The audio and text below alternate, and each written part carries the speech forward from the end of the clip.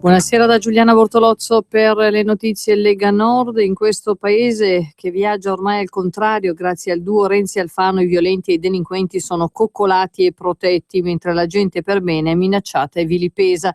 Salvini oggi si è beccato pure uno sputo in faccia. Questo è un clima ormai insostenibile. Il segretario della Lega deve fare campagna elettorale blindato.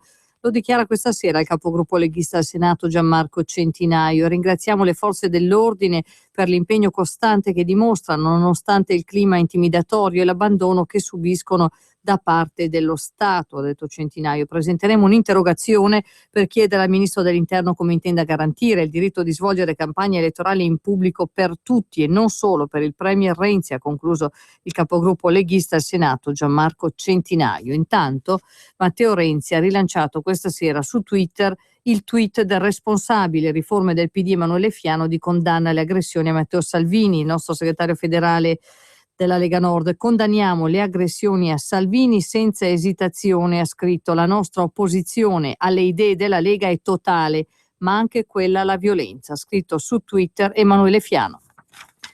Banche e Maroni, chiediamo che la consulta dichiari incostituzionale la norma del governo Renzi sulle banche popolari. Il presidente di Regione Lombardia Roberto Maroni ad aver affermato oggi a margine delle celebrazioni del National Day della Repubblica Ceca ad Expo il senso della decisione presa ieri dalla sua giunta, che ha deliberato il ricorso formale contro le norme del governo di Matteo Renzi sul riassetto delle maggiori banche popolari. Ci siamo opposti, ha aggiunto Maroni, perché riteniamo che sia un decreto che mortifica e snatura un elemento fondamentale delle banche popolari, che sono la ricchezza della nostra regione. Secondo il governatore lombardo, inoltre, la scelta del governo viola le competenze della regione in materia di credito al consumo e credito al dettaglio. Per questi motivi, ha concluso Roberto Maroni, abbiamo deliberato ieri in giunta un ricorso formale alla Corte Costituzionale contro la legge di conversione del decreto legge.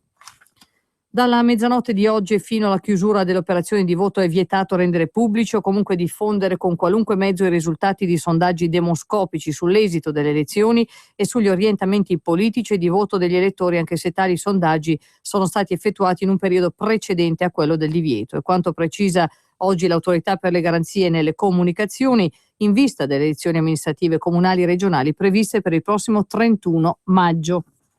Passiamo alla cronaca, torniamo a Napoli. Sono il fratello e la cognata e non la moglie, come in precedenza comunicato dalle agenzie stampa, i familiari uccisi da Giulio Murol, il 48enne infermiere che oggi pomeriggio ha sparato all'impazzata dal balcone della sua casa a Capodimonte nel quartiere Secondigliano. Da quanto si è appreso, il fratello ha tentato di fermare Giulio Murolo intimandogli di smettere di sparare, ma è stato freddato dal 48enne con un colpo esploso dal fucile a pompa. Gli altri due morti sono il tenente della polizia municipale Francesco Brunner, suo vicino di casa, e un passante che si trovava a bordo di uno scooter e che transitava in quel momento davanti al palazzo. Palermo, caso Denise, la condanna a 15 anni di carcere è stata chiesta oggi al termine della requisitoria dal procuratore generale di Palermo, Rosalba Scaduto, per Jessica Pulizza, la sorellastra della piccola Denise, la bambina scomparsa nel nulla nel 2004 a Mazzara del Vallo Trapani. Jessica, che all'epoca dei fatti era minorenne, imputata per sequestro di persona in concorso. In primo grado venne assolta dall'accusa. Nello stesso dibattimento c'è anche il suo ex fidanzato, il tunisino Gaspare Galeb, che in primo grado era stato condannato a 2 anni per false dichiarazioni al pubblico ministero.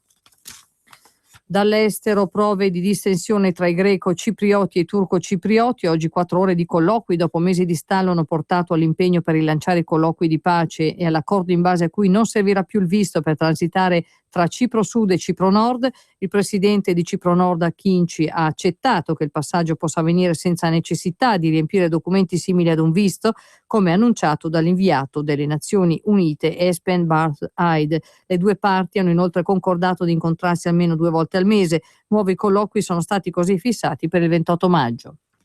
Ed infine l'UNESCO è allarmata per i rischi che corre il sito archeologico di Palmira nella Siria orientale a causa dell'offensiva lanciata nell'area dall'ISIS. A dirsi preoccupata è la responsabile dell'agenzia ONU Bokova. Negli ultimi 2 giorni infatti giungono notizie di un'avanzata dell'ISIS verso Tadmor, città vicina al sito di Palmira. È tutto per questa edizione, grazie per l'ascolto, a risentirci.